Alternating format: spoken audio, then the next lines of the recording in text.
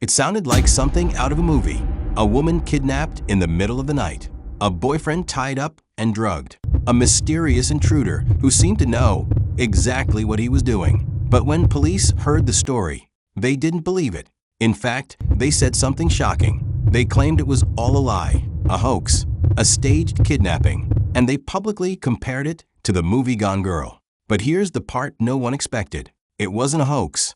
This is the story of Denise Huskins and how a real victim was treated like a criminal. It all began in March 2015 in the quiet city of Vallejo, a place where nothing like this was supposed to happen. That night, Quinn and Denise were home. Everything seemed normal until suddenly it wasn't. Aaron later told police that he woke up to a bright light in his face, a voice in the dark, commands being given. Before he could fully understand what was happening, he was restrained. The intruders, or at least what he believed were intruders, had entered the home. They claimed this was part of a planned operation. They spoke calmly, methodically, as if they had done this before. Aaron said he was forced to take something, a substance that made him drowsy, disoriented, unable to think clearly. Meanwhile, Denise was taken. According to Aaron, she was blindfolded and removed from the house. And just like that, she was gone. When Aaron finally managed to contact authorities, the story he told sounded almost unbelievable. A coordinated home invasion, a kidnapping, a possible ransom. But instead of focusing on finding Denise, investigators started focusing on something else: doubt. From the very beginning, things didn't sit right with them. The story felt too detailed, too unusual, too cinematic.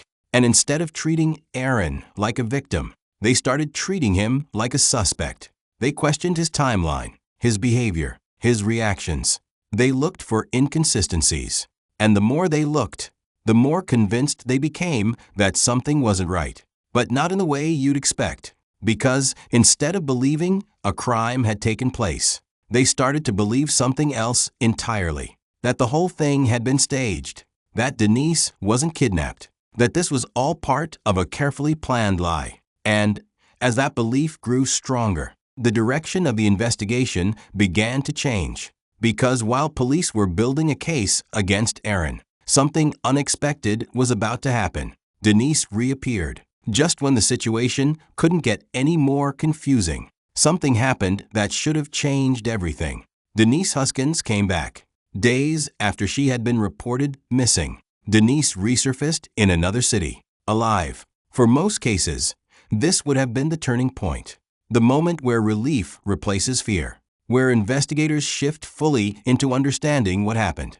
But that's not what happened here. Instead of treating Denise like a victim who had just gone through something traumatic, authorities doubled down. They didn't believe her. When Denise explained what she had experienced, the abduction, the restraint, the threats, it didn't match what police had already decided. And that decision had already been made. They believed this was a hoax. To them, Denise wasn't returning from captivity. She was returning from hiding. And Aaron wasn't a victim. He was part of the plan.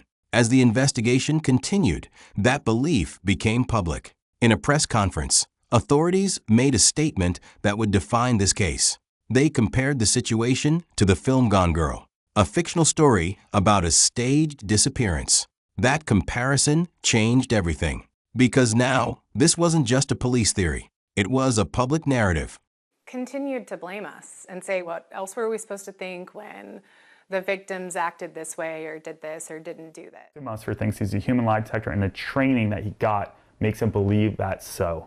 Media outlets picked it up immediately. Headlines spread quickly. Stories questioning Denise's credibility, Aaron's involvement, the possibility that everything had been fabricated. And just like that, the victims of a reported crime became the center of suspicion. For Denise, this was more than just disbelief. It was humiliation. She had just gone through something she described as terrifying. And instead of being supported, she was being accused publicly. For Aaron, the situation was no different. He had reported what he believed was a real crime. He had cooperated with investigators. And now, he was being treated as if he had orchestrated the entire thing. The pressure began to build. Questions came from everywhere: friends, media, authorities. And with each passing day, the narrative became harder to escape. Because once a story like that takes hold, it spreads fast, and it sticks. But beneath all of that noise, there were still details that didn't quite fit. Small pieces of information that didn't align with the idea of a hoax. Things that didn't make sense if everything had been staged. But those details were being overlooked. Because when people believe they've already found the answer, they stop looking for new ones. And that's exactly what was happening. The case had been labeled, defined, closed, at least in the minds of those investigating it. But reality had a different plan. Because somewhere outside of that narrative, someone was watching. Someone who knew exactly what had happened. And more importantly, someone who had done it before. Because while the world was focused on proving Denise and Aaron were lying, a new discovery was about to expose the truth. And it would change everything. While the spotlight remained on Denise Huskins and Aaron Quinn, something unexpected was happening behind the scenes. In a different area, not far from Vallejo, another case began to unfold. At first, it didn't seem connected. Just another reported incident, another home invasion. But as details started to emerge, investigators noticed something strange.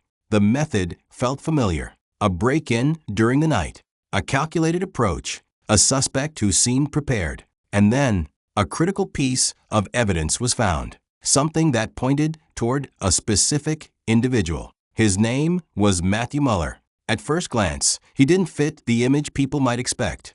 He had a background in the military. He had studied law. He appeared educated, structured, disciplined. But beneath that surface, there was something else. Because as investigators looked deeper into his activities, they began to uncover a pattern. This wasn't random. There were similarities between incidents, methods that repeated, details that matched. And slowly, the possibility that had been dismissed earlier started to come back into focus. What if Denise and Aaron had been telling the truth? What if this wasn't a hoax at all? As the investigation into Matthew Muller continued, more evidence began to surface. Items connected to the crime, information that aligned with Denise's account, details that couldn't easily be explained away. And piece by piece, the narrative began to collapse. Because everything that had once been doubted was starting to be confirmed. The kidnapping, the method, the experience Denise had described. It all pointed back to one person, and that person was now in custody. When authorities began to connect the dots, the truth became unavoidable. This wasn't a staged event. It was real, and the people who had been treated as suspects were actually victims. The realization changed everything. But it also raised a serious question. How did this happen? How did an investigation shift so far away from the truth? How did two people reporting a crime become the focus of suspicion instead of a search for a suspect? Tested Muller's DNA, which he acknowledges was justice delayed for the victims and Denise and Aaron. When Muller was finally sentenced to 2 Contacted by a police chief out of Seaside, California, Nick Borges, and the El Dorado District Attorney, Vern Pearson. The chief of police and the DA invited us to speak, hoping that law enforcement can learn from the mistakes in our case. When I was held in captivity, my assailant, Muller, had told me details in a way to scare me, but just to let me know that in the past he had done this before. So we all decided that it would be best to reopen the investigation. We found out that his first attack was in 1993 when he was 15 or 16 years old, where he attacked a couple who were camping and attempted to rape the female victim.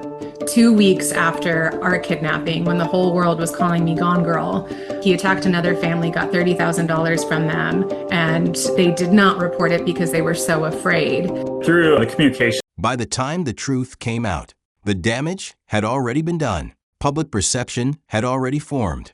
Reputations had already been questioned. And trust had already been broken. For Denise, the experience didn't end with the kidnapping. She had to face something else. Doubt, criticism, public judgment, all while knowing that what she went through was real. And for Aaron, the same questions remained. How do you prove something happened when no one believes you? But now, with the evidence pointing clearly toward Matthew Mueller, there was no denying it anymore. The case that had once been dismissed as fiction was now confirmed as fact. But even with the truth revealed, one thing still remained. What would happen to those who got it wrong? By the time the truth was finally clear, the story had already spread. For days, even weeks, Denise Huskins and Quinn had been seen as something they were not victims, but suspects. And even after the real perpetrator, Matthew Mueller, was identified, that perception didn't disappear overnight. Because once a narrative is out in the public, it's hard to take it back. For Denise, the impact was deep. She had gone through a traumatic experience, an abduction, fear, uncertainty. But instead of receiving support, she faced something else entirely: public doubt, people questioning her story, her actions, her credibility. And that kind of pressure doesn't just fade away, it stays. For Aaron, the situation was just as difficult. He had reported what he believed was a real crime, cooperated with authorities, told the truth as he experienced it, and, in return, he was treated as if he had created the entire situation. That kind of experience changes how you see things: trust, authority, even your own sense of reality. Because when the people you expect to help you don't believe you, what do? As more details about the case became public, the reaction began to shift. People started to realize what had happened, that this wasn't just a mistake, it was a failure to listen, to investigate fully, to remain open to possibilities. And that realization led to something important: accountability. Over time, the actions of the authorities involved in the case were questioned, decisions were examined, statements were revisited, and the way the case had been handled became a topic of serious discussion. Because this wasn't just about one case anymore. It was about something bigger: how easily a narrative can be formed, how quickly people can be judged, and how dangerous it can be when assumptions replace investigation. Eventually, Denise Huskins and Quinn took legal action. They filed a lawsuit against the authorities involved, not just for what had happened during the investigation, but for the public statements, the accusations, the damage done to their names. And that step mattered, because it wasn't just about compensation. It was about recognition, acknowledging that what happened to them shouldn't have happened. And as the case settled, it became one of the most talked about examples of how an investigation can go wrong. Not because there wasn't evidence, but because the wrong conclusion was reached too early. And once that happened, everything else followed. Today, this case is remembered for more than just the crime itself. It's remembered for the way the victims were treated, for the assumptions that were made, and for the questions it leaves behind. Because even now, it forces people to think. If you were in their position, would you have been believed, or would your story have been dismissed? And how many other cases might follow the same pattern? So now, after hearing everything, we want to hear from you. Do you think this was just a mistake by investigators? Or do you believe something like this should never happen at all? Let us know your thoughts in the comments. And if this case shocked you, make sure to watch the next video on your screen now. Because sometimes, the most disturbing part of a story isn't the crime itself, it's what happens after. Subscribe to True Crime Journal for more real cases that make you question everything. Because the truth doesn't always come easy.